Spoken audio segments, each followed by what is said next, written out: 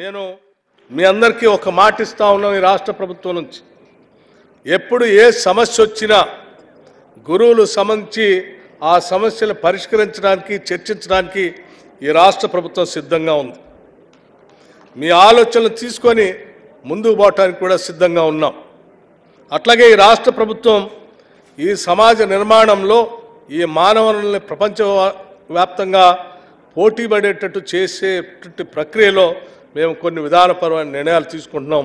వాటికి కూడా మీ అందరూ సహకరించవలసిందిగా కూడా విజ్ఞప్తి చేస్తూ ఉన్నాం.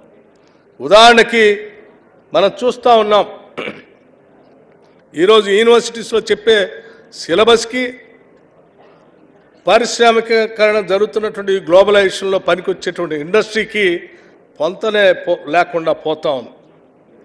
పరిశ్రమలో పనికొచ్చేటువంటి అవసరాలకి మన యూనివర్సిటీలో చెప్పేటువంటి సిలబస్ సక్రమంగా అందుబాటులో లేపబట్టి ఆ పరిశ్రమల పనికొచ్చేటువంటి మానవ వనరులు అందుబాటులో లేక పరిశ్రమలు కూడా ఒక వెనకడుగు వేస్తూ ఉన్నాయి. అటువంటి పరిశ్రమలకు పనికొచ్చేటువంటి విద్యాబుద్ధులతో కూడినటువంటి సిలబస్ని తయారు చేసి ఆ స్కిల్స్ అన్నీ నేర్పించడానికి రాష్ట్ర ప్రభుత్వం ప్రతిష్టాత్మకంగా తీసుకొని ఒక స్కిల్ యూనివర్సిటీని ఈరోజు రాష్ట్రంలో ప్రారంభించిందని చెప్పడానికి కూడా నేను రాష్ట్ర ప్రభుత్వం తరఫున సంతోషిస్తున్నాను, గర్విస్తూ ఉన్నాను కూడా.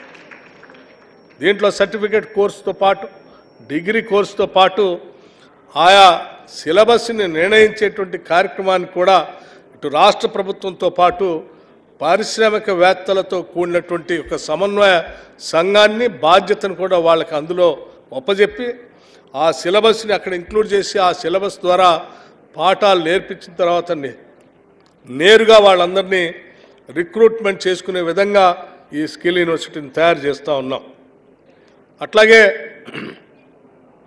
రాష్ట్ర వ్యాప్తంగా ఇప్పటికి ఉన్నటువంటి 63 ఐటీఐ సెంటర్స్ని పాత రోజుల్లో అప్పుడు పనికొచ్చేటువంటి విధంగా ఉన్నటువంటి మిషనరీతో కూడుకున్నటువంటి ఆ ఐటీఐ సెంటర్లు ప్రస్తుత ఇండస్ట్రీకి పనికి రాకపోవటం వల్ల మూలబడినటువంటి ఐటీఐలన్నింటినీ కూడా తిరిగి అడ్వాన్స్డ్ టెక్నాలజీ సెంటర్స్గా ఈరోజు పరిశ్రమలో పనికొచ్చేటువంటి మిషనరీస్ మొత్తాన్ని అక్కడ పెట్టి ఆ మిషనరీ ద్వారా ట్రైనింగ్ ఇచ్చి వాళ్ళందరినీ కూడా మళ్ళీ ఇండస్ట్రీకి ఉద్యోగ అవకాశాలు కల్పించేటట్టుగా 63 ఐటీఐ సెంటర్స్ని అడ్వాన్స్ టెక్నాలజీ సెంటర్స్గా ఈ రాష్ట్ర ప్రభుత్వం నిర్ణయం చేసి ముందుకు పోతా ఉంది.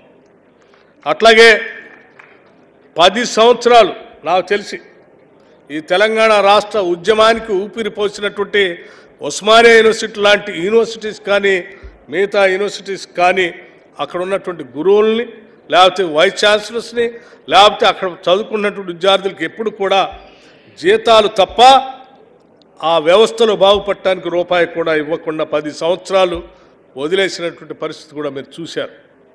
ఈ సంవత్సరం కేవలం అంటే ఎస్టాబ్లిష్మెంట్ కాకుండా కేవలం క్యాపిటల్ ఎక్స్పెండిచర్ కోసం అంటే ఇన్ఫ్రాస్ట్రక్చర్ కట్టడం కోసం యూనివర్సిటీకి ప్రత్యేకంగా 300 కోట్ల రూపాయలు ఈ సంవత్సరం బడ్జెట్లో కేటాయించి అందులో ఉస్మానియా యూనివర్సిటీస్కి 100 కోట్లు కూడా కేటాయించాం.